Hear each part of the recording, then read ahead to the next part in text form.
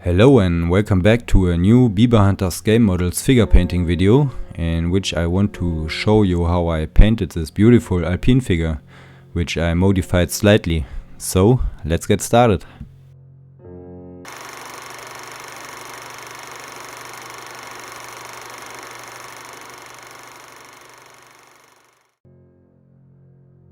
First I try to get an overview of the parts and decide which head I want to use.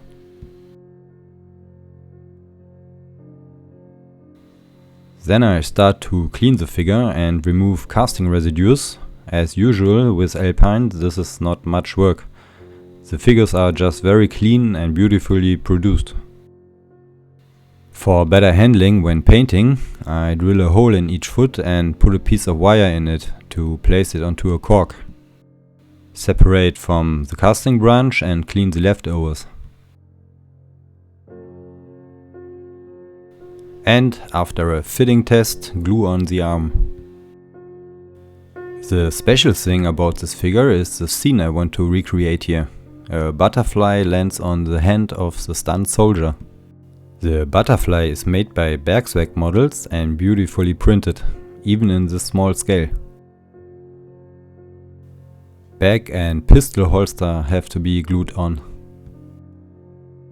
And the shoulder rest of the MP40. To close the minimum gap that was left after gluing the arm, I use green stuff. Keep fingers and tools moist, then it does not stick too much and can be worked with better.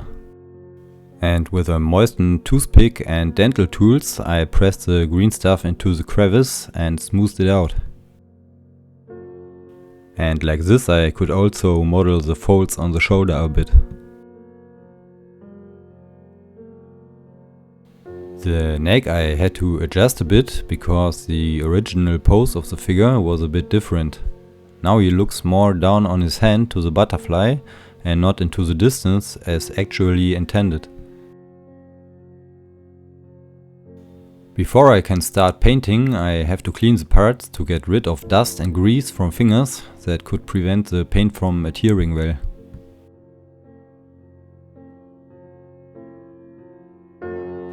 And dry blow with my airbrush. Mr. Surfacer 1200 diluted with leveling thinner were applied as primer in several thin layers. After drying, I started a pre-shading by first applying from below at a flat angle black paint with my airbrush. In my opinion, it's not bad if you overdo it a bit here, because you counteract next with light paint. And here I spray deck tan from above at a flat angle to hit only those places that are hit by falling light from above.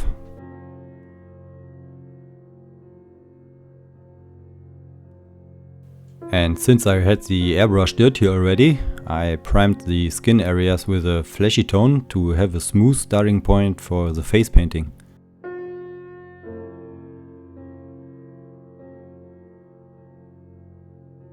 To benefit from the pre-shading, I painted the uniform using glazes.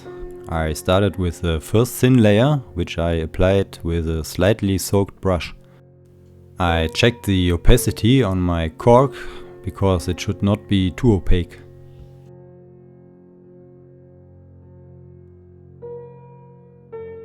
I ended up making 4 layers in total, and to the last 2 I added some blue to the green to get closer to my template, because the pure green was a bit too bright for me. Even if it will be hardly visible later due to the camouflage, I wanted to make the uniform a bit more visually interesting. Therefore I mixed a lighter paint from the base paint, emphasizing raised areas and folds. The paint was applied heavily diluted, almost glaze-like. After drying it will not be as dominant as it is now in the wet state.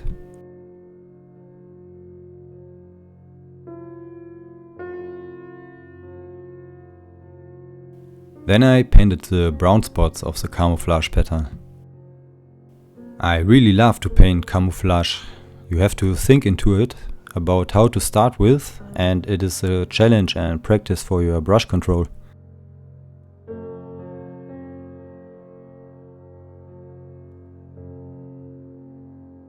For the brown spots I mixed the lighter paint too and highlighted raised areas and folds.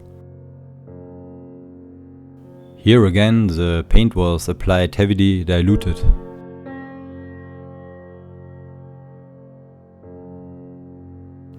And the same game with the green spots.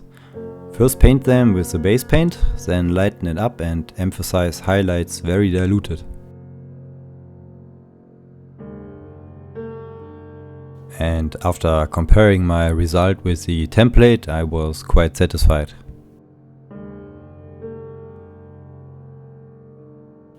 I then primed all leather parts with dark brown paint, on which I later want to build up the leather effect.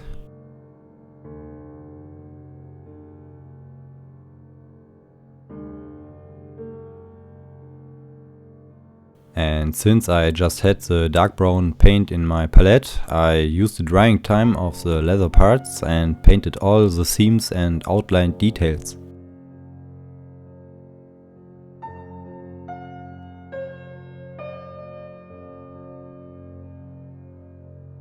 I dilute the paint here heavily with retarder, so it can be easily removed if a mistake happens, and you can blend it well with a soft brush. To emphasize the dark seams even more, I highlighted them with lighter base paint next to the dark one. You can make details really pop out this way.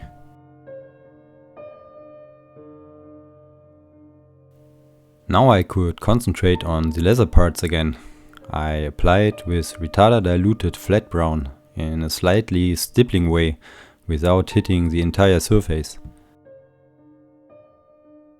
Then I brightened the flat brown with an orange brown more and more and painted wear and tear like this. The surfaces I hit became smaller and smaller the brighter the paint became.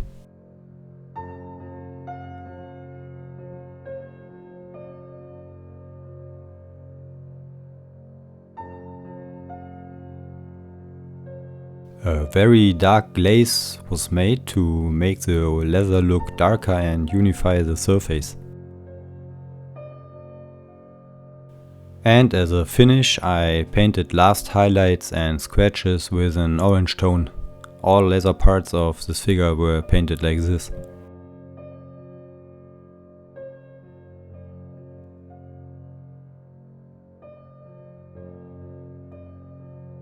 The binoculars was painted with a dark yellow paint as a base paint. Classic chipping was then made with lightened dark yellow. Light chips were applied and in these dark chips were placed. And painting details, a job I always like to do to train my brush hand.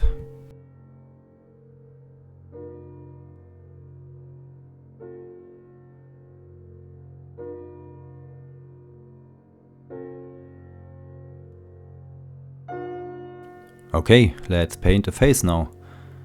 Over the airbrush base paint I made a kind of pin wash with diluted dark brown paint to outline details and set first shadows. I usually do not paint the white in the eyes because it is hardly to be seen in this scale when viewing the figure in a display case distance. But here the eyeballs were cleanly casted and I gave it a try. After this was done, I started to paint the skin tones. I brightened the basic paint, aka cork, more and more with basic skin tone.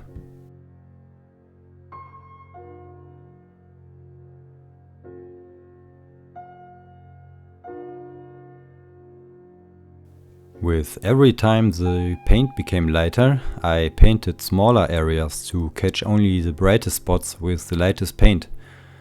The hands were painted in the same way.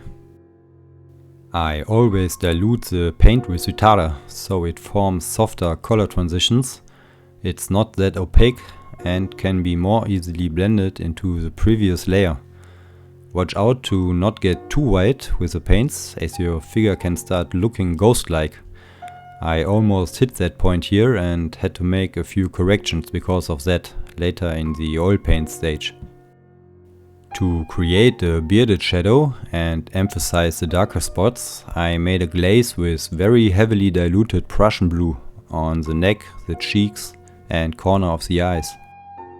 And to give it a more lifelike look, I made a glaze with very heavy diluted red on the cheeks and nose. Shadows can also be made a little more lifelike like that. I then painted the chin strap and the helmet, always a bit delicate dealing with such dark paints over a painted face. The eyes and last finishing touches were done later with oil paints. Now it was time to glue the head to the body to create the final pose. I upgraded the MP40 a bit by gluing on a shoulder strap made from aluminum foil. There are certainly better and nicer ways to do this, but cheaper than aluminum foil is hardly possible. After painting the strap, like all previous leather parts, I made a dry brushing with AK silver metallic paint over the black base paint. I can highly recommend to use extra brushes and cleaning water for metallic paints. You don't want the metal pigments get in your good brushes, and they can also be transmitted by contaminated cleaning water, so better separate them. And after gluing the hand to the figure, I painted the backlight parts of the MP40 with dark brown paint. Then I grabbed my metallic paint equipment again and painted all the metallic details such as buttons, straps or belt buckles. This is not a good time to make mistakes because the metallic paint is very difficult to remove completely because of its pigments. So take a deep breath and hold your hand steady. I embellished the helmet with a few metallic chips.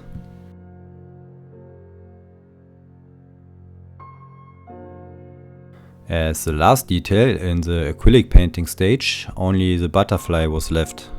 This will soon be available from bergswerk.de and is 3D printed wonderfully. Because of the sides, it was of course a challenge to paint. I searched for a reference photo and tried with my possibilities to repaint it as well as possible.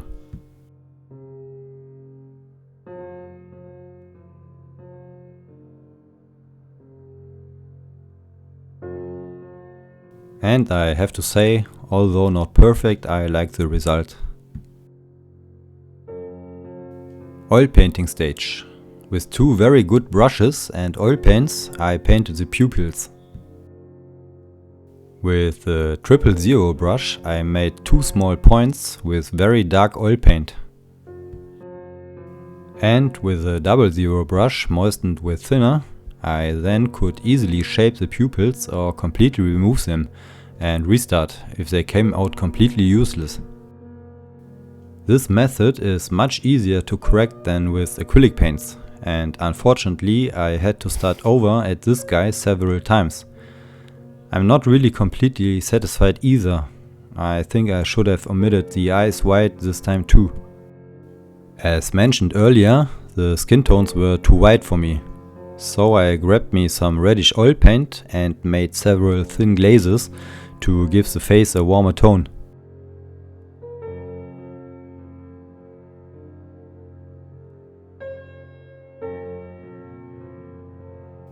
I then grabbed dark brown oil paint again and made a pin wash to outline and emphasize details more.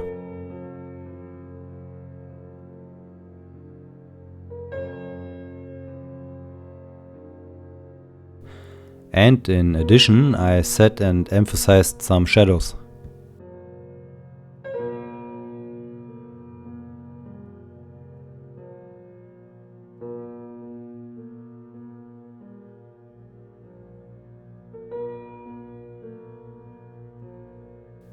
With a soft brush, I then blended the paint into the figure.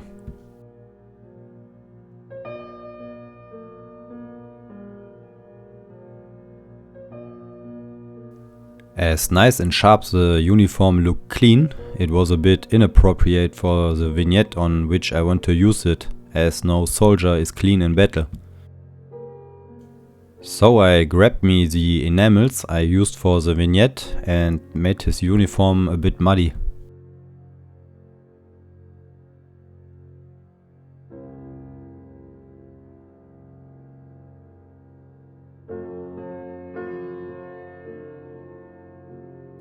With pigments I gave the mud a little bit more extra volume and texture. These were then fixed with pigment fixer. While I'm playing around here, I want to use the opportunity to introduce to you another fellow modeler, Diorama Devil. He's an extremely creative and talented modeler, and you can learn a lot from him and his videos, which are always funny made. I can highly recommend to take a look at his channel if you like modelers with Eastern European accent. Now it was time to glue the figure to the vignette. This is also from Bergswerk.de, and after I painted the tree stump, I knew I just have to make a figure for it.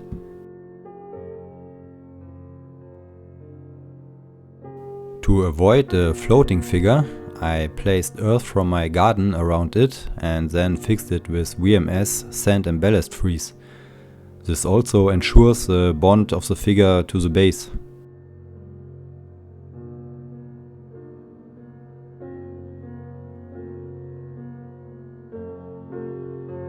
Quickly added a few more leaves so that the place does not look too empty.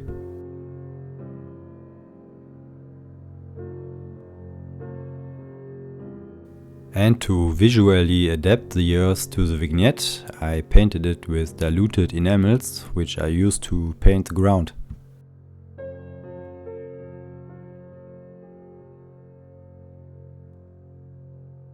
And with that, we can call this piece done. Thank you very much for watching my video. I hope you liked it and it was kind of helpful. I'm looking forward to your constructive criticism, and please consider subscribing if you like what you saw. Goodbye and stay safe.